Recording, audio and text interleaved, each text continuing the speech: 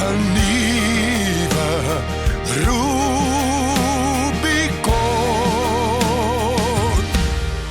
word ontbloot. Ek kan nou nie name noem, hy lewe nog. Die tweede laaste dag van die oorlewingskursus. Die manne is nou redelik honger. Nou het ons gaan spesifiek na die suide van Angola toe, ons gaan oor die katlyn. Want ek sê vir ons, gaan nie ons kremataatbome in die Caprivi se kant se bas afval om vir julle te wys hoe om bas te vleg nie, ons gaan in Angola afval. Nou as ons oor die Angola grens gaan, sê ek, nou moet julle weet, ons kan nou enige oomblik, ek lieg ook so 'n bietjie by, enige oomblik kan ons nou in die moeilikheid trap. Ons is nou in enemy country. Maar dan gaan ons toe 2 kilometer aan Angola, en daar is 'n kremataatbome daar. 'n Paar bome wat ek uitgesort het, en dan gaan sny so 'n bietjie bas af daar, dan wys vir hulle met 'n vlek. Maar terwyl ons soontoe ry, het ek altyd vir hulle gesê, onthou mense, jou grootste storie in alle tye in die bos is observasie. Dit help nie jy 2 oë en jy's niks sienende nie. En as jy sien, dan moet jy kan konsentreer, dat wat jy sien, jy kan registreer. Wat sien ek? Wat het ek gesien? Jy weet, ons het 'n leeftijd in 'n tye waar jy nie meer werklik sien nie. Jy kyk, maar jy registreer nie wat jy sien nie. Ek vat byvoorbeeld hier, so ek sien baie van julle het vanaand teruggestap hier aan die ander kant, hier reg voor AfriForum. Hier, net hier voor. Hier staan van die pragtigste bome wat ek nog ooit in my lewe gesien het hierso. Wat se bome is dit? Het julle hulle gesien? Hoeveel bome is daar? Daar staan 5 tipe bome hier wat jy kan herken onmiddellik. Hier reg by die parkeerplek, langs die parkeerplek, jy het onder hulle deurgeloop. 3 pragtige wille suurpruimbome, sulke dik stamme, hoog, grasgroen, immergroen. Hulle staan net hier om die hoekie. En dan daai plat kroon doringbome wat julle daar sien. Dis almal. Daar staan 8 van hulle aan die ander kant, aan die diskant, en 6 hulle aan die ander kant. En reg op die hoekie daar staan 'n regte berg kiepersol, wat jy nie elke dag van jou lewe sien nie. Maar toe ek hier stop, toe het ek hulle almal gesien, ek het hulle almal herken. Wie van julle het hulle herken? Sien, 'n mens moet onthou, wat jy sien, wat jy kyk, waarna jy kyk, moet jy registreer, en presies onthou. Jy sê observeer, konsentreer, en registreer, wat jy sien.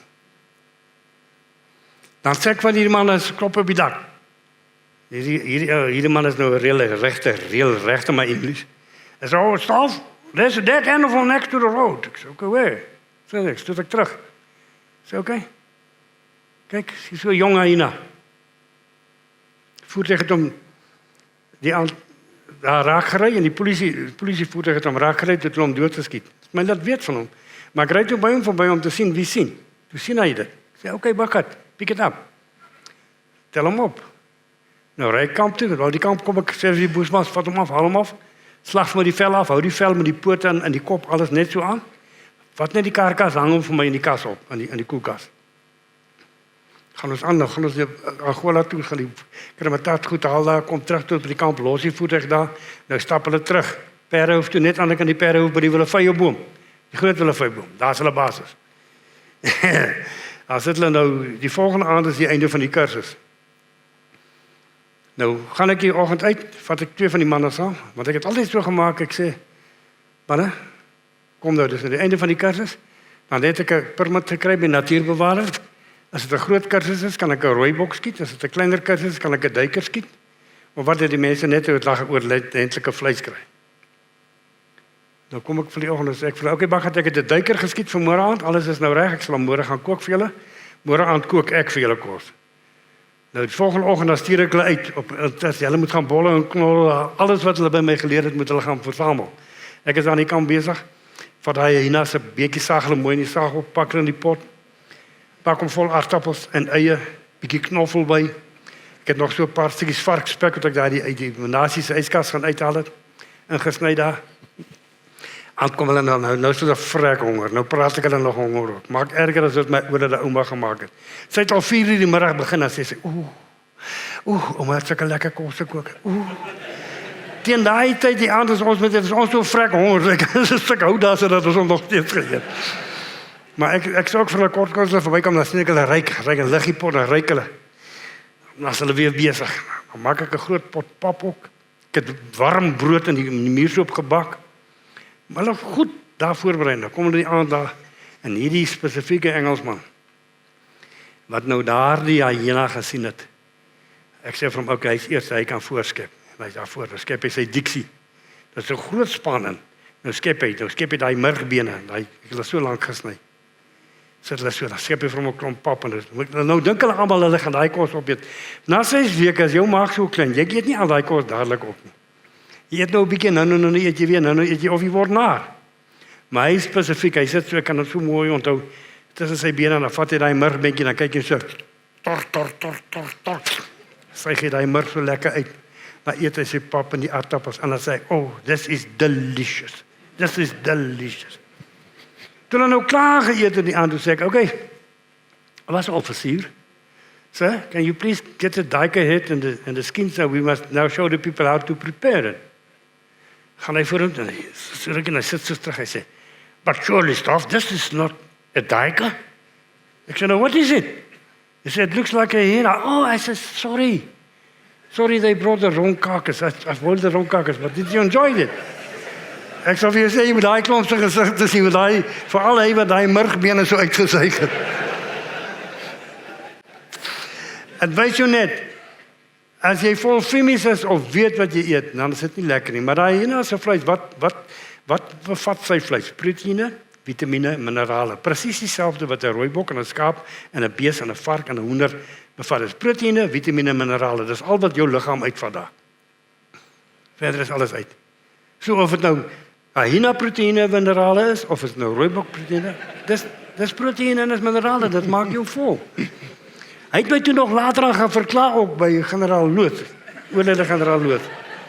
Toe sê, you know what, ek was nog 'n stafsergeant, that staff is given us a carnivore to eat. Generaal Loot was 'n baie verstandige mens. Hy sê, did anything happen to you, Captain? No. He said, why do you complain? En is dan klaar.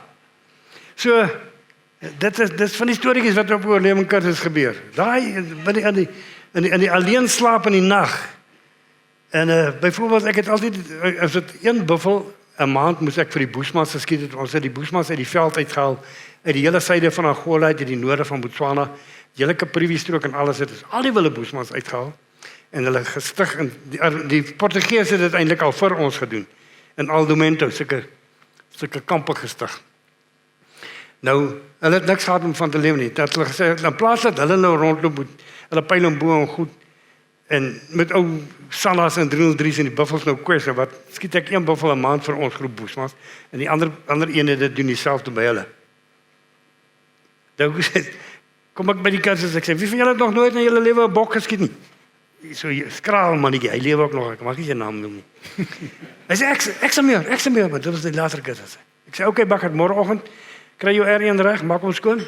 Ek sal kyk of hy reg is, kom by my môreoggend gaan jy die buffel skiet vir die Bushmans. Nee, ek het nie gesê buffel nie, ek gesê bok, ek sê, bone? Ag, dat sê ek sê nou.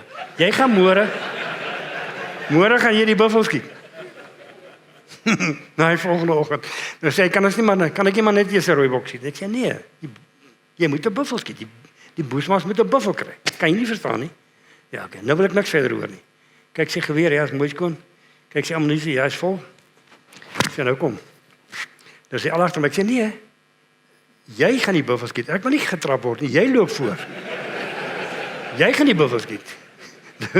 Nou, kort ek so, as ek onder 'n bos kry, dan druk ek my vingers so en sê, baie, laat sy omtrent gat oorkom. Hy is so 'n bol senuwees kliphard. Nou loop ons, nou hoor ek die bos, die renostervoeltjies, ek sê, hoor jy die voeltjies? Nee, ek sê, luister. Ja, hoor ek sê. Wat sê dit vir jou? O ja, die buffels is hier so. Ek sê, okay. Kom, kyk die wind. Gooi sand, ja, die wind wys so. Ons moet nou so gaan. Gaan ons so om. Nou later dan lê ek plat op die grond, dan kan ek die buffels sien. Ek sien aan die onderkant van hulle bekke en die pote op die grond. So, bietjie verder is die muur, so 20 meter. Nou sê ek vir hom, nou moet ons nou Bedui ook vir hom. Nee, so. Wag nou. Kom op, so 'n jong buffelbul, mooi reg dwars, maar hy kyk van ons al weg en ek wys vir hom. 2 skote met die R1.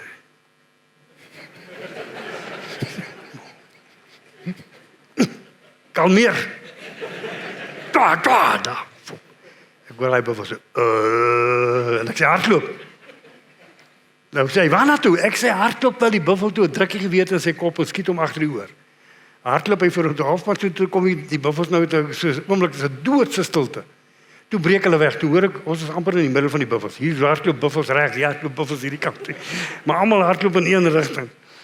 En nou boone daarvoor toe hy daar by daai buffel kom, toe gee sy seun wees. Dit kon nie daai gewees het. Kalmeer, skiet hom nou dood. Nou, dis vir 'n jong man wat nog nooit sy lewe eers 'n wildsbok geskiet het. Sy eerste ding wat hy skiet is 'n buffel met 'n R1. Nou, hy kan daai storie vir sy kinders en sy kleinkinders gaan vertel. Dis die waarheid, ek sal dit staaf. Dis die tipe ding wat ek vir die jong mense gedoen het. Ons het baie nagte om hulle in die nag gewoon te raak aan die wild in die veld. Hoe lyk 'n springaar se oog? Hoe lyk 'n leeu se oog? Hoe lyk 'n buffel se oog in die nag? Verskillende kleure en goed. Hoe moet jy maak? Dan vat ek al daai klomp jong manne agter op die voet en ry ons die oë wat ek kyk nou sê ek lig ek so, dan sien ek daar's 'n springaas. Okay, julle mag die springaas vang, maar julle mag hom nie skop nie. Is 'n dier. Jy moet hom vang. Dan vlieg hy klomp rekke weg, dan jag hulle daai springaas nou maar. Dan sien jy later dan springaas so tussen hulle deur. Hulle mag hom nie skop nie, dan wil hom vang. Nou vang hy springaas. Wie seer buite springaas? En hy ding het plat tande soos 'n rot. Hy het my hier deur hierdie velletjie van my arm gebyt daar so die Here ek weet. Hy kan seer byt. Maar dan vang hulle hom, dan merk ons hom as. Maak so 'n klein merkie in die oor en los hom. As hy dom genoeg is om 3 keer gevang te word, dan mag hy hom gaan eet. Maar dan ry ons so in die nag, dan kom ons so langs die rivier af en sien ek daar's die seekoeie. Nou 'n seekoei, 'n verskriklike groot dier, baie aggressiewe dier, maar vreeslike klein oogies. Jy moet baie mooi kyk om hom te sien. Nou sien ek daar's die seekoeie, dan lig ek aan die ander kant. Maar nou draai ek al die stuurwiel hierdie kant toe vir die drywer, ek sê hierdie kant toe druk nou so by hulle kom sê ek, vang hom, dis 'n kleintjie. Dan spring hulle almal af, hardloop hulle daar nie. En dan ewe skielik aan draai daai seekoei om, as hier kom hulle weer almal weer terug.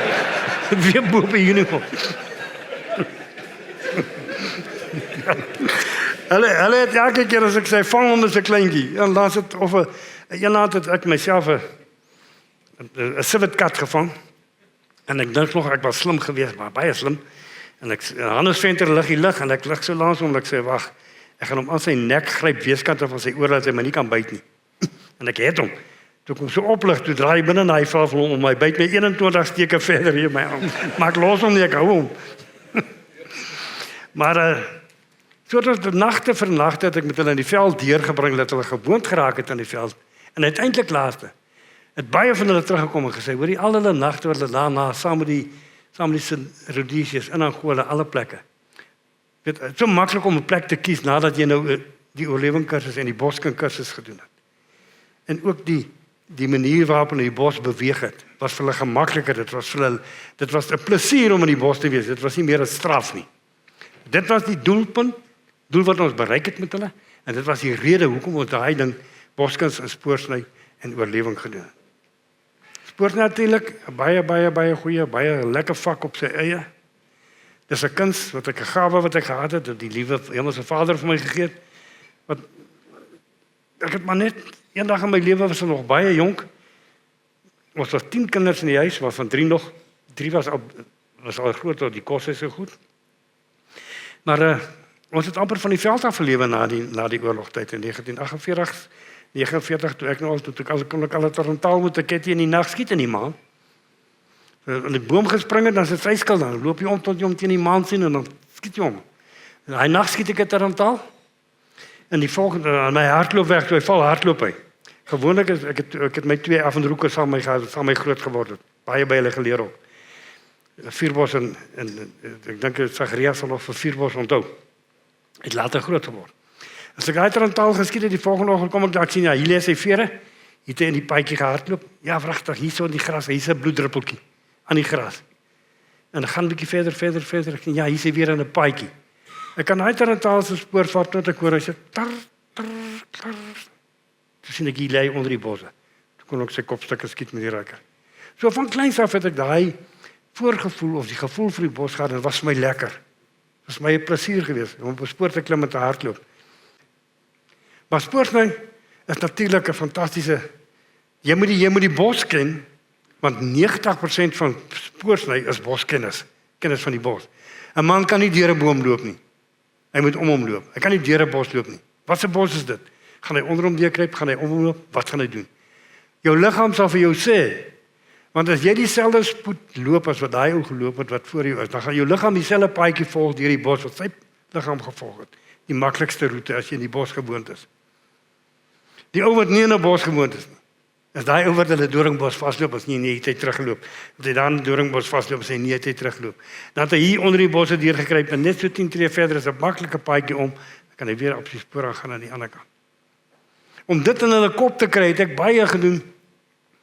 Daar was 'n klein duiweltjie ook saam met my, altyd op my skouer gesit. As hy 'n kans het, dan klim hy uit. Loop ek die oggend, ek lê die spoor, maar dan kom nou agter my aan.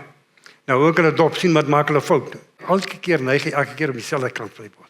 Hy het 'n regsnyking. Elke keer as hy gaan, dan gaan hy regsom. Nou kruip ek onder deur die bos. Ek het gesê, wat moet jy doen? Kyk. Sien wat jy sien. Registreer wat jy sien. Nou sit daar net so 'n lekker bosperre by, van die rooi perre by wat hulle verder so kan wikkel. Maar daar hang so 'n droë tak wat so afhang en daai nes sit seker om dit mooi hierdie hoogte bo kan die grond. Toe ek nou by die bos kom en ek onder ek sê, hier's hulle. Maar ek gaan tot so by die bos dan, ek vat 'n stak en ek krap soeke merke op die tak daar onder die perre by in.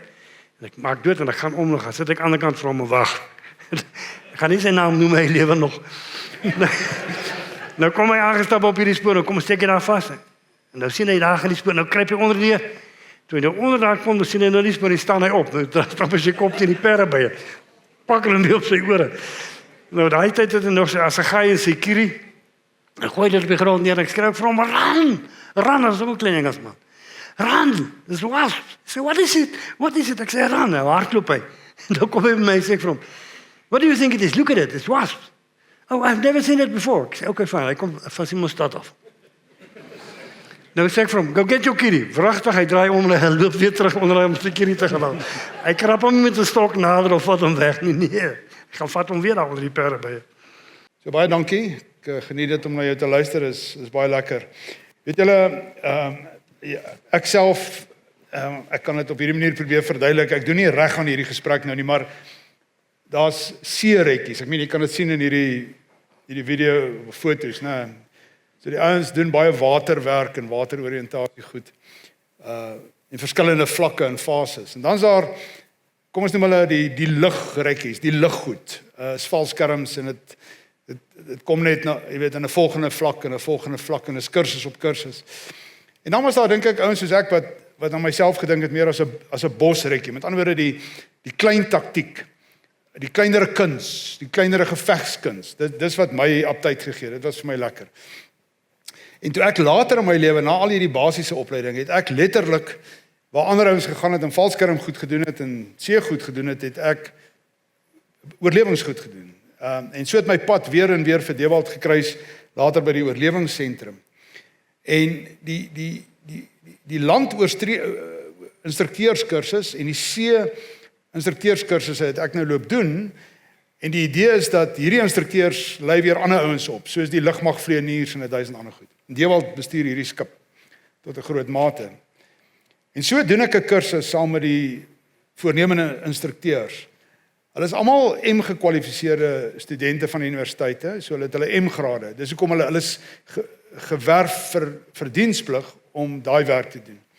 En as ons so in oorlewing onder die bosse sit, dan praat ons nou oor goed. Ons praat oor ons instrukteurs, praat oor Dewald en ander ouens. En wat my altyd gefascineer het, is hoe hierdie M-gekwalifiseerdes. Okay, baie van hulle was Potchefstroom Universiteit, dis miskien nie 'n baie hoë vlak van Hy krap. Die sout van die aarde, mense, natuurlik. Maar hoe hulle baie keer gesê het, en dis net 'n manier van sê, maar lees bietjie tussen die lyne. Hulle het gesê, as hulle al die kennis en alles wat hulle by hulle proffies geleer het, bymekaar tel, as 'n kollektief, dan weet daai ouens nie wat Dewald weet nie. Dewald is is meer en beter. En 'n aand soos hierdie kan nie reg laat geskied aan Dewald se kennis en sy ervaring nie. Hy was net fenomenaal onderleg in die kuns van die vaardighede, maar ook in die kennisvlakke van die natuur en alles wat daarmee saamgaan. En ek sal altyd, solank ek lewe, vir Dewald daardie erkenning wil gee, is dat hy hierdie fenomenale rol in spesiale magte gespeel het om soveel mense op te lei.